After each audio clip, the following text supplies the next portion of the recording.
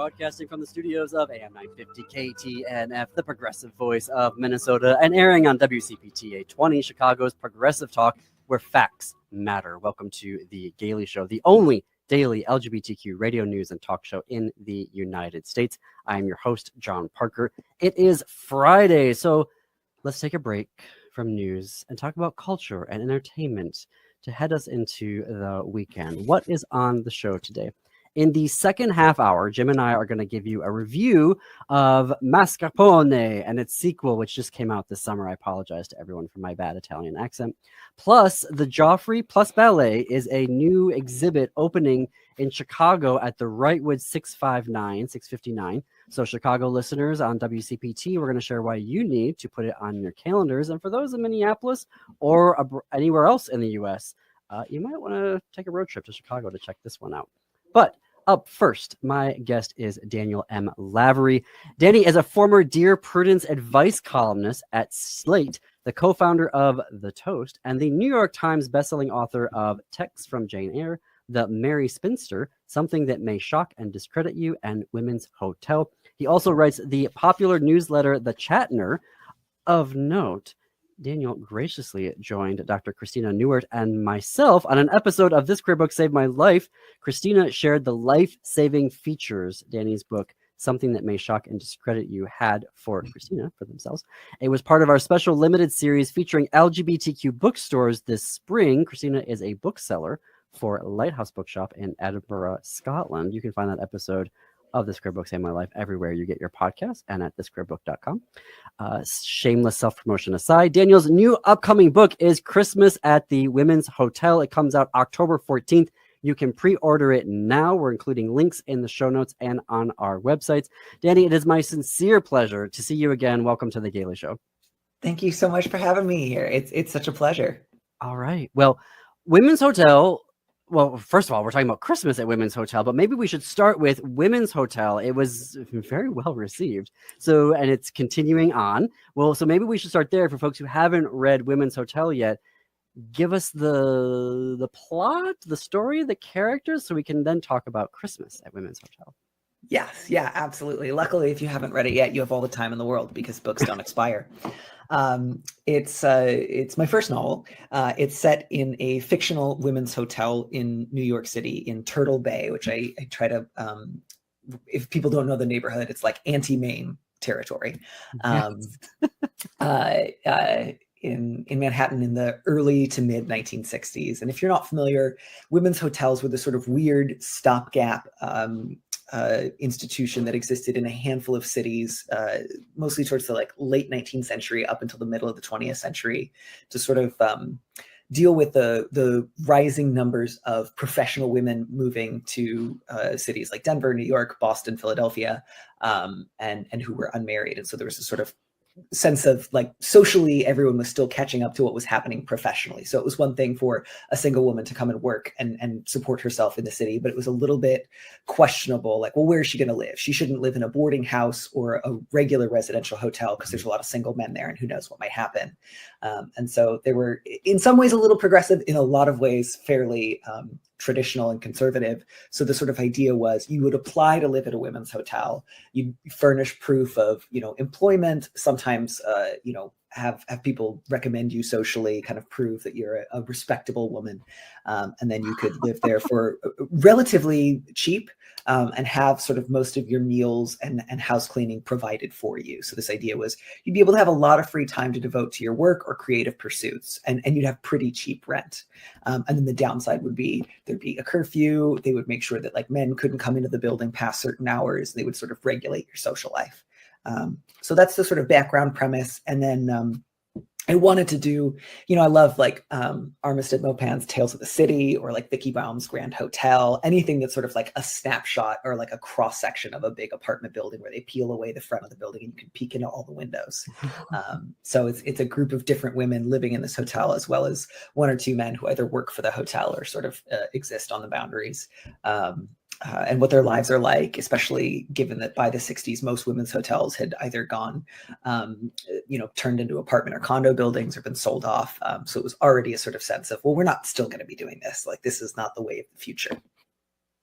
And so for folks to know, are we talking like literary drama, dramedy, so folks have a sense of like, you know, what they're in for?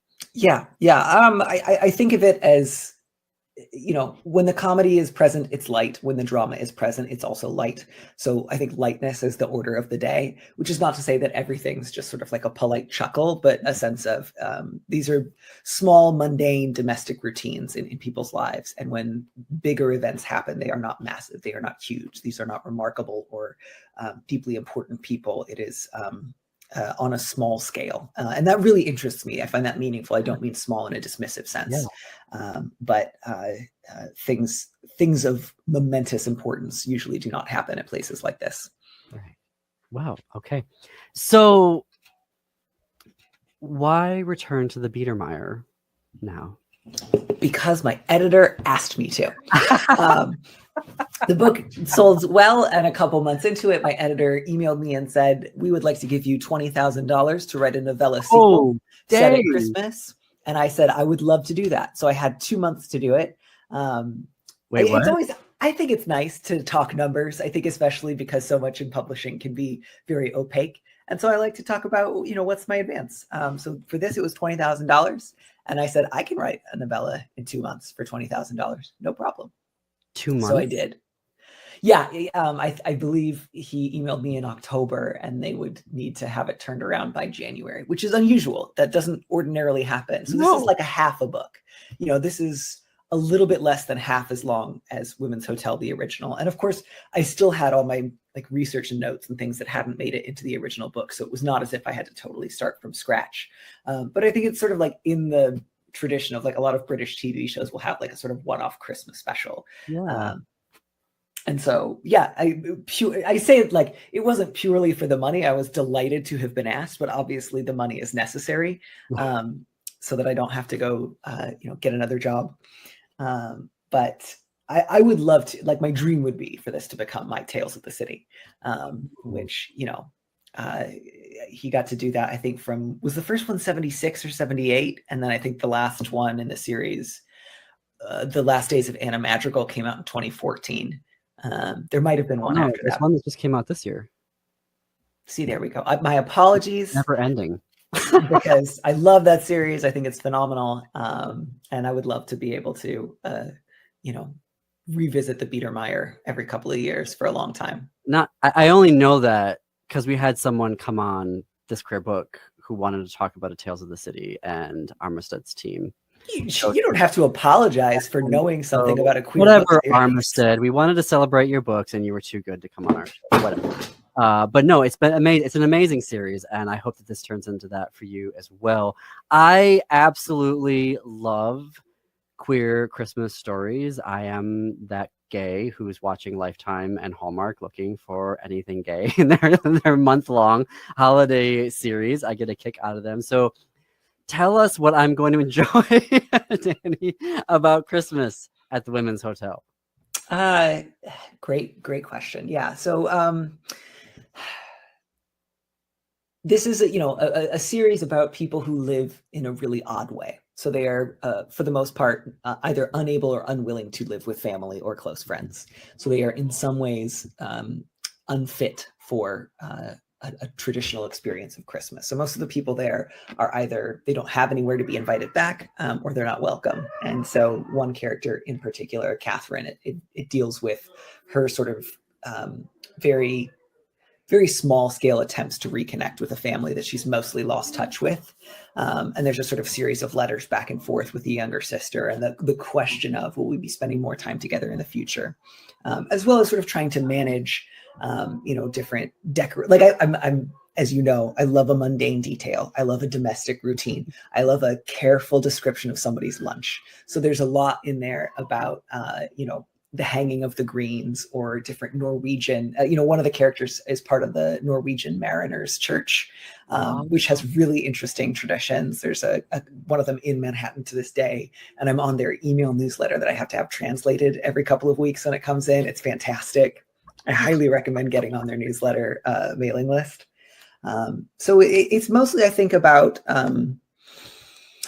people looking to make the best of something, and to try to figure out how to make something cheerful without trying so hard that I become aware that I'm conspicuously trying to cheer myself up because of a loss of something. And then, of course, as always, one of the fun things about writing about a large cast is they might all have really different values and interests. So where one character might feel really left out and rejected, another feels casual and breezy and doesn't mind in the least. But it's about domestic reality without a household. So there's no like, here's the room where a mom and dad live with their children. Nobody's living with family. Most people don't even live with roommates. And yet they share domestic life and domestic space, and they become emotionally intimate in ways that I think are really interesting. And there's a sort of question of it's in no way a spoiler to mention that one of the main characters from the first book, there's a throwaway line about how she will get married and then get divorced and later move back to the women's hotel. Oh. And in this book, we see her about to contract that first marriage. And that's something that I really like doing. Like, I like marriage plots, and I really dislike writing romance. Not because I don't think it's interesting to think about the ways that people fall for one another or decide to build lives together, but because I always resent feeling like I'm shepherding myself into like a prearranged ending. And so it was really fun and interesting to write about both, like, how are these two people drawn to each other in a way that feels compelling, and that also sets the stage for this is going to last maybe 3 years tops. And we kind of both know it, but it's still going to be worth doing. And we don't know it for sure. And we can kind of pretend that we don't know it, which is really fun and really interesting to get to do. And I think actually some of my favorite relationships have been, I think, a step above, we both know this is a bad idea. And a step below, oh, we're going to be together forever. Right. Okay. We are talking with Daniel M. Lavery, whose new book, Christmas at the Women's Hotel, drops on October 14th. I'm coming up on a hard break here, and I've got more questions for Daniel. So I'm not going to ask a huge question and then race into a commercial break, but I want to ask, we can prep this question right now. What does Christmas mean to you, Danny, when we come back? And is there a queer dimension to Christmas that we need to be thinking about, maybe also in 2025 and the time that we're living in right now? That's a heavy question, but we're going to take that break here. We're going to have more with Daniel when we come back. Connect with more progressive news and radio at am950radio.com and heartlandsignal.com. You're listening to The Gailey Show on AM 950 KTNF and WCPT 820, Chicago's Progressive Talk.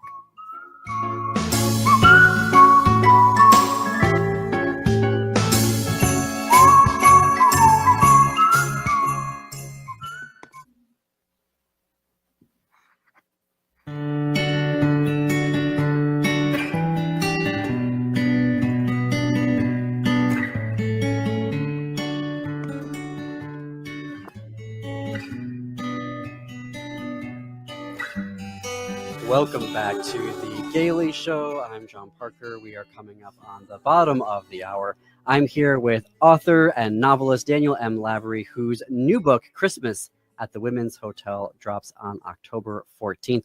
Danny, what does Christmas mean to you? You know, a classic holiday on December 25th that happens most of the time. You know, I think what was really fun about putting it into this book was, I love ritual, as I was mentioning. I love domestic details, and Christmas is a great time for that. And I especially love the recent past because it's long enough ago that it can feel really new and alien, but also that it's relatively easy to find sort of details on, like, well, where would you go in New York if you wanted to buy a lot of greenery to decorate the Norwegian Mariners Church? And so getting into that, or like, you know, 1964 was the year that the World's Fair was in New York.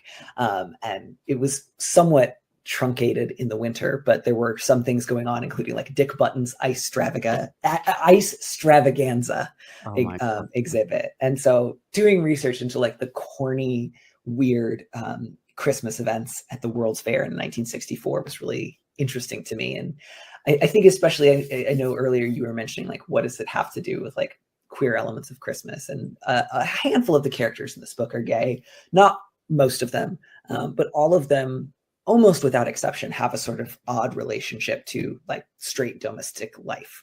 And so the book kind of opens with, for residents of the Biedermeier, Christmas means work, and work meant money. Like, these are all characters who are often underemployed or temporarily employed. They usually, it's not as nice as like a Barbizon hotel. Most of the women who live there don't have careers, they have jobs that they kind of string together. And the one time of year that they're sort of all reliably working is Christmas, because everybody needs seasonal employee. I think that's like one of my favorite memories of Christmas as a young adult, was getting like weird seasonal jobs at Bevmo. It just felt like, I graduated into the recession of 2009, and oftentimes finding work was really challenging, but not at Christmas. Like at Christmas, you could get a weird job for 6 weeks. And so there was often this sort of sense of like, a rising tide lifts all boats. Like, you're going to have to do something strange, but you're going to make a lot of money for a little while, and they will fire you, on January 2nd, but it's going to be great for a little while. And again, that's kind of like what I was saying earlier with that one character, Lucy Ann, who's contracting or considering contracting a marriage with somebody who she kind of knows like this is not going to work well, but it's also going to be a lot of fun, and maybe it will work well. And there's sort of only one way to find out. So everybody in the book really associates Christmas with like a weird job and making money in cash. So there's a little description of kind of like all the weird jobs, like as window dressers or at the World's Fair doing security in the children's lost and found section. And then of course getting into like, well, what's the uniform for that? What kind of weird outfits do you have to wear for that? Do you get a sash? Somebody does get to wear a sash. Do not worry. Ooh. Yeah. Oh, it can't be Christmas without a sash. It can't be Christmas without a sash. It's yeah. And like, I mentioned like nobody there could have been a Rockette, but you could maybe be an usher at Radio City Music Hall for the Christmas shows. So that was something. Yeah. Third-hand exposure to glamour is an important element of their lives. It's like secondhand smoke, but even further removed. You hope it sort of wafts over you. Well, then I got to ask them, what was the weirdest Christmas job you've had? I think probably doing inventory for a Bevmo in like, I want to say like right in between suburban Los Angeles and San Bernardino County. And the other thing that was great about this was at the time I was a woman, and you had your choice. Everybody had to wear the same green polo shirts, but you could choose either to wear women's khaki pants that were sort of like tight and flared, like bell bottoms, or you could wear giant men's cargo shorts. And you could do either one, but you had to pick the day that they hired you. And at the time, I was not especially butch. I usually wore women's clothes, but I was like, obviously, I need the giant cargo pants. Give them to me. And it just, I can't tell you how much it meant to me to get to wear the ugliest shorts I think I've ever owned and just like walk up and down these aisles of affordable wine with like 4 box cutters in my different giant pockets. I was just like, this is living. I really hope and I really thought that was the other thing too. I think Christmas is such a great season for delusion and the belief that things are about to change. And I associate that so much with that kind of seasonal work of like, yeah, I know they're going to fire me starting in January, but maybe not this time because I'm having such a blast and they must notice my good attitude and they must be saying things like, Bevmo's just not the same since we hired Danny. He's like Pollyanna. He cheers it. We're going to keep him. We're going to keep him. We want him here in February. And they never do. And they didn't. But it really felt like this was going to be the year it all turned around. I love this idea of Christmas as delusion. Can you give us a little bit of how you explore that theme in the novel? Yeah. So for Catherine, who's a character who, if you've read Women's Hotel, she's a character who has her life in sort of very carefully controlled stasis. She's a recovering alcoholic.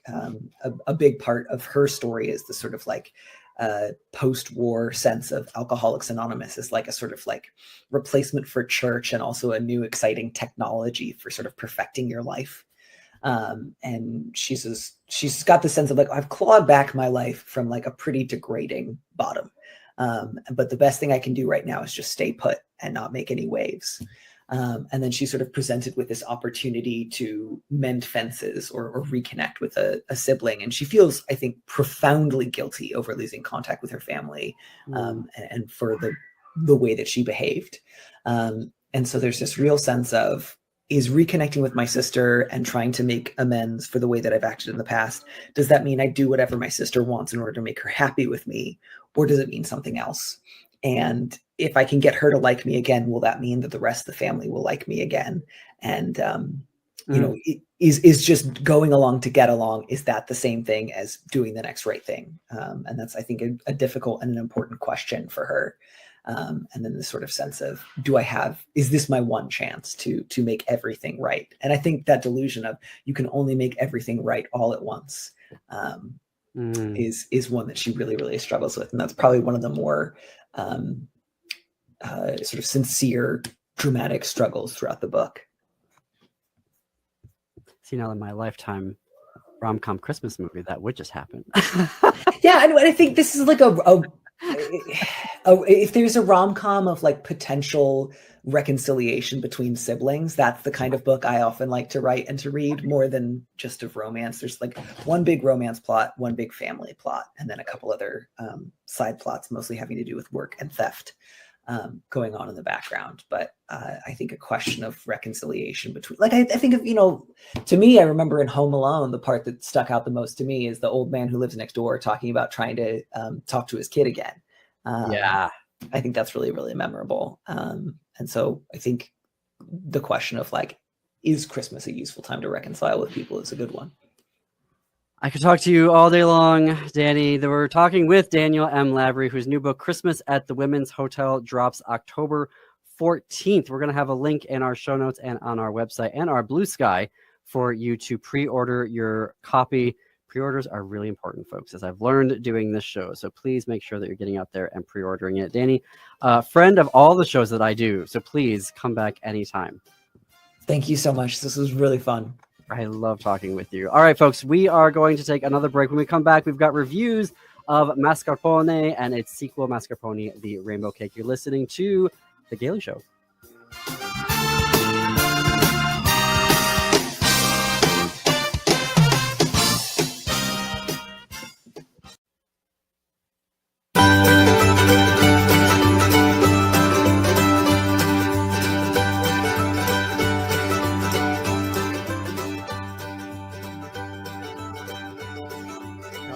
From the studios of AM 950 KTNF, the progressive voice of Minnesota, and airing on WCPTA 20, Chicago's progressive talk where facts matter. Welcome back to The Gaily Show, the only daily LGBTQ radio news and talk show in the United States. I'm John Parker. Jim Pounds, my executive producer, joins me now in studio. We are 33 minutes past the hour. All right, so before we get into our film reviews of Mascarpone and its sequel that just came out, Mascarpone, Rainbow Cake, we want to talk to you about an event, particularly to our Chicago listeners, an event that is coming to the Wrightwood 659 this October. It is the Joffrey plus Ballet in the United States. It is the first ever retrospective showcase of the Joffrey Ballet, as it was an early role model for dance companies in the United States. Did not know the Joffrey is marking its 70th anniversary, celebrating that this year. Very exciting. The exhibit will be on view from October 3rd to December 20th, so mark your calendars. It will be huge. Reading the reports and the press releases from Wrightwood, it's going to be multimedia. It's going to have a lot of the history of the ballet, and it will be, it's just going to be a big exhibition. It's organized by the New York Public Library for the Performing Arts. That's at the Lincoln Center. Dr. Julia Fuchs, or Fulkus, I apologize, Dr. Julia, for the mispronunciation of your last name, is the curator, along with Nicola Duffy, who is the former Joffrey Company artist. So this actually premiered at the New York Public Library for the Performing Arts last fall, making it the first ever retrospective of the company in a large scale kind of way. And for folks who don't know, Robert Joffrey was born Abdullah Jaffa Ben Khan in Seattle, Washington. And he was a dancer at a very young age, and then began choreographing, and then founded the Joffrey Ballet. The company attracted huge queer audiences that were very interested in this convergence of youth and sensuality, which are the themes that the Joffrey Ballet was known for. And Joffrey was part of the community, had a long-term relationship with a gay activist, also had a long-term partner as well. even though it seems like they had an open relationship. Unfortunately, Joffrey died of AIDS in New York City. Thankfully, he did receive many awards throughout his career, so he was celebrated during his time here on Earth. Has a huge legacy in both in the community and in the ballet world. So if you are going to be in Chicago this fall, if you're visiting the city, definitely check that out. And for folks who are listening on WCPT, it is there for you. So mark your calendars. This show opens October, I just said what it was, October 3rd in Chicago. Great. And we'll try to get someone to come on to talk about it. Okay, then. You had nothing to say about that. All right. Well, I don't know what you took a breath like you were going to say something. No. I think the ballet is below people's radar in many cases, as is the opera, and so I think this is really nice to elevate one of the great. And there is more than one great ballet company in the U.S., but this is certainly one of the greats. To sort of recognize them and give them some time and space is, I think, great programming. Absolutely. We didn't get to do our review of Étoile, which was a ballet show, a show about the ballet, two ballet companies in New York and Paris that just came out on Amazon Prime from the creators of The Marvelous Mrs. Maisel. Yes. And we did get to do our review, and now the show has been canceled, so there won't be a second season. But I think it would still behoove us to do a review of it, because the first season was good. It had highlights. Mixed. Yeah. It was good. Paladinos, It was queer. All that. I know. The Paladinos were Paladinoing. They were up one side and down the other. So, yeah, if you love that style, this series is for you. Yes. If not, it mellows out as the season goes on. It got much better, yes. It got much better. But anyway, we are going to talk about two films today from Italy. The first one is Mascarpone, and then its sequel, Mascarpone, the Rainbow Cake, which just dropped on Amazon Prime, so available there. I believe it came out in Italy last year in 2024. The first film, which we're going to talk about first, came out in 2021 in Italy. Do you have the overview of that? Yes, story? I do. Well, first of all, I want to say for both films, because we do this with all of our films, there is no anti-LGBTQ violence. There is no pet violence in there, no animal violence. There is no HIV storyline. We always want to check that out to make sure they're doing it inclusively. And I don't know how, do we say that there's a happy ending? It's a rom-com, so it's kind of hard to, I don't want to give away the plot point. I would say for some folks, they'll say it's a happy ending, and for some other folks, they'll be like, wait, what? It's a rom-com. That's probably enough. It's a rom-com that makes, I would say, a mistake twice. Well, I want you to give the story, but I want to say that the tomato meter rating for this movie is 88%. The first one. And the popcorn meter is 73%. Okay. So the official description is Antonio, a dependent house husband, faces upheaval when his spouse admits that he has been cheating on him and wants a divorce. Needing shelter and income, Antonio rents a room from Dennis and begins working at Luca's bakery while studying pastry making, trying to find a newfound independence along the way. Antonio is very much a housewife in the first part of the film. When he has to meet Denis, Denis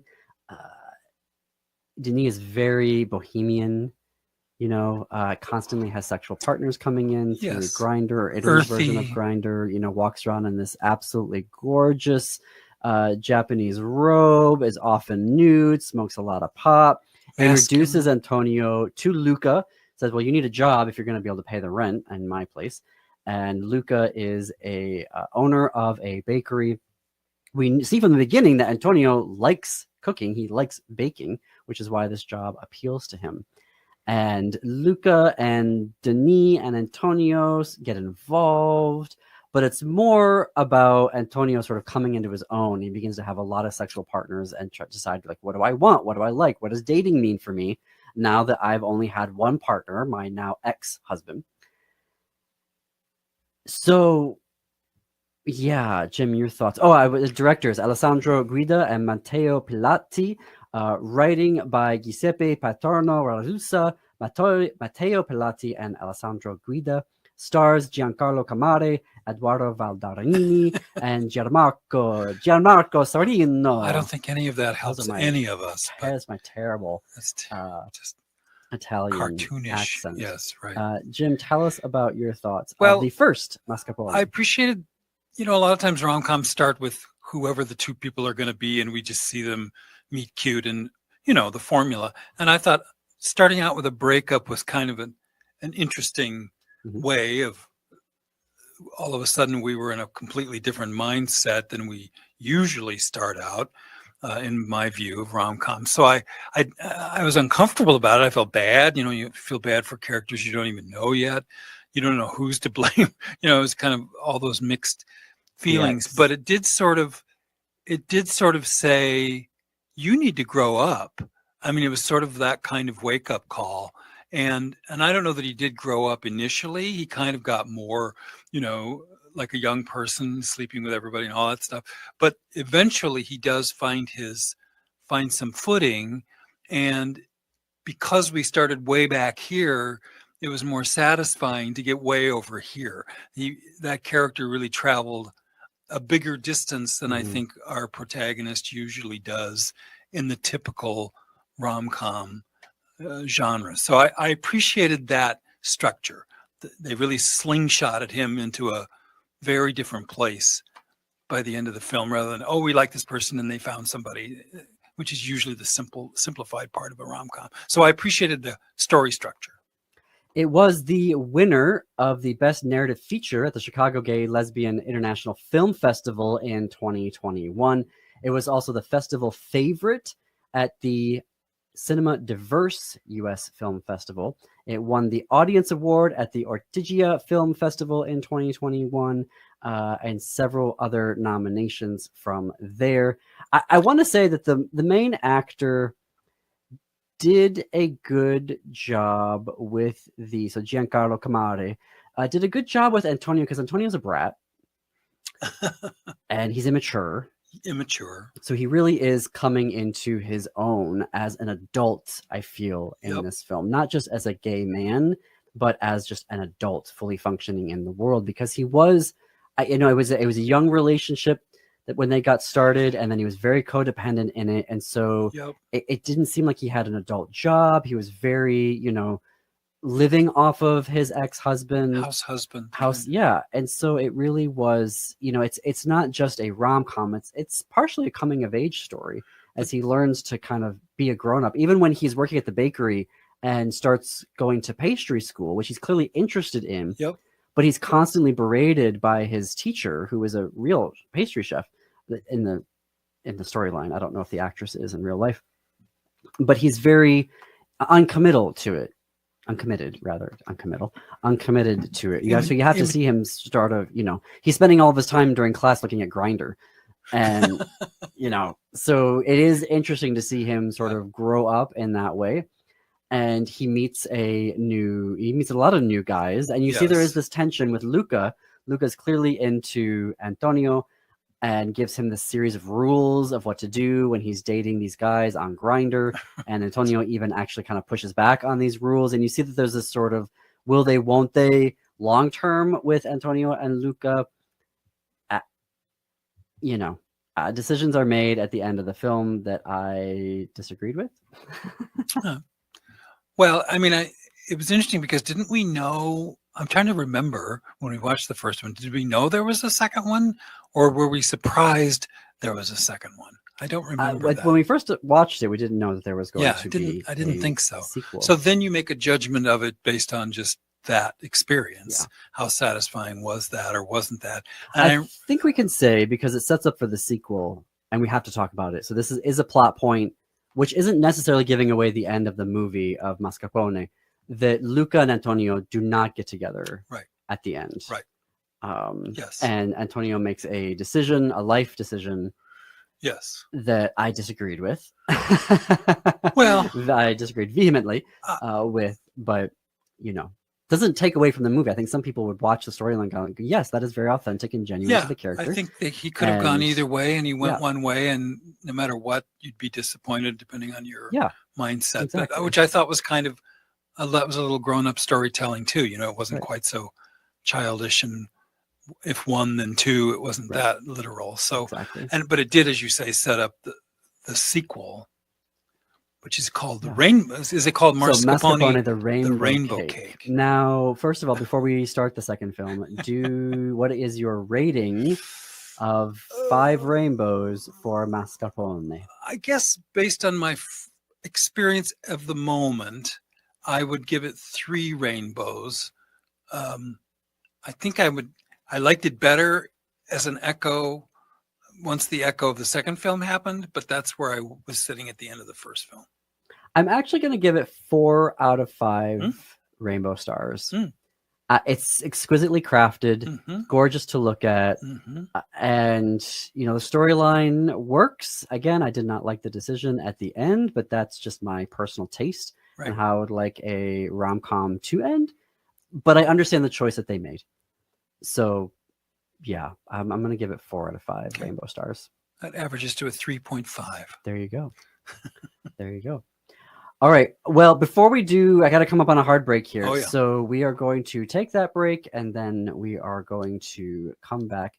Please connect with us on Blue Sky to keep the conversation going. We're at thegailyshow.org on Blue Sky, where you can follow us there. You can also get the AM950 newsletter for more updates about The Gailey Show and all of AM950's programming. You can go to am950radio.com, and you can check out more news, progressive news, on heartlandsignal.com from WCPT 820. You are listening to The Gailey Show. More after the break.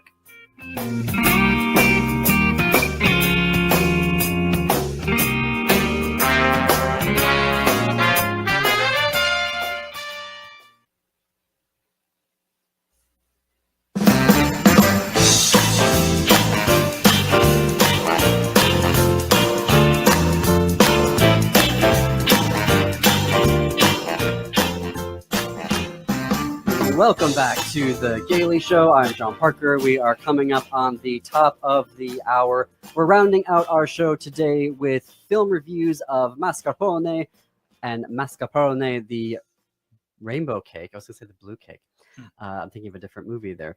These are 2 films. One came out in 2021, and the newest film came out in 2024, now available on Prime and other streaming services. You'll have to check your local listings or your local services, as it were.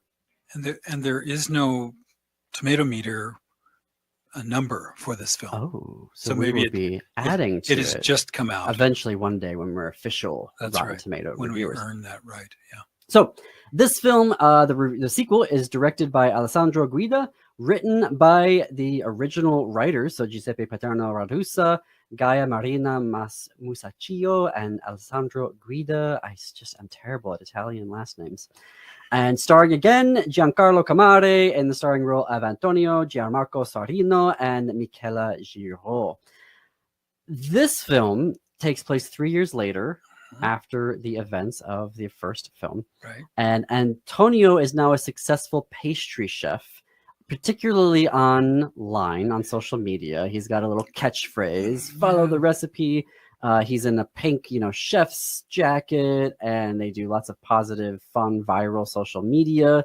There are cardboard cutouts of him, and he still has feelings for Luca, even though he's seeing another person. He doesn't really know how much he has feelings for Luca, though, until Luca sees an article that Antonio has done, a print article, and he goes in to say, hey, what's going on?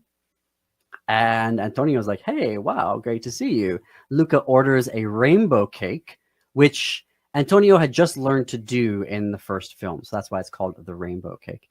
But Luca orders one, tells him to deliver it to a particular location, which Antonio does, thinking that this is an opportunity to reconnect. But it turns out that Luca is engaged to Tancrede, and they both run or manage a LGBTQ center for kids.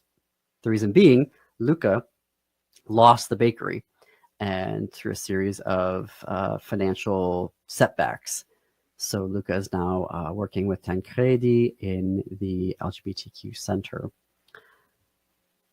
Jim, we'll start with you. After that setup, well, so we know these characters, and that always helps you kind of not have to spend a lot of time figuring out who they are kind of at their core, but now they're in a completely different set of circumstances. So that's what you do at the beginning, is get yourself reset. And I like this movie because, again, I thought they didn't just, as many sequels, simply tell the same darn story in a slightly different way and make more money off of it. And I felt like they were attempting to tell a different story with the same characters, to take them to another place or take them to another level, I guess we'll say. So I enjoyed that. Both of these movies are sexy without being terribly sexual. They're not, I feel like they're naughty, they're not, gratuitous at all. It's lots of kissing and hugging and sort of the kind of thing that I always think straight people imagine and, our sex to be so fascinating. And of course, this sort of says that it's romantic and sweet. It's kind of puppy love, I guess, is what it feels like, even though these guys are a little older now, and you would expect them to be a little more advanced than that. But I think that's what people's sensibilities are. So I liked it. This one felt a little more manipulative to me, and I don't remember why. Maybe because I'm sadder but wiser for having watched the first one, and I just expect it to be a little more sophisticated. And this one seemed a little bit more labored. The plot things were a little more contrived. They were working a little harder to create a conflict. For example, you mentioned that he was kind of a celebrity and getting all this attention, and he seemed to drop that very quickly for something else. And I thought, if you're really a rising creator, you want to take advantage of that. So that seemed like a plot hole to me.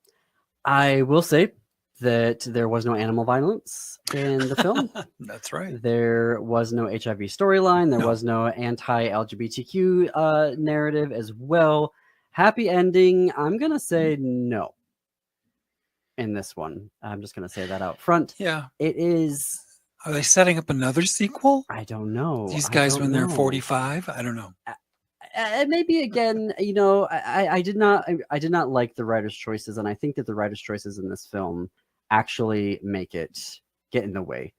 The film is self-aware in the fact that it's trying to say, like, we know that sequels are never better, and they keep making jokes about that, but then they don't actually do anything to say, well, this is why our sequel is going to be better. So it's self-referential and meta without actually doing what it needs to be doing. No insight.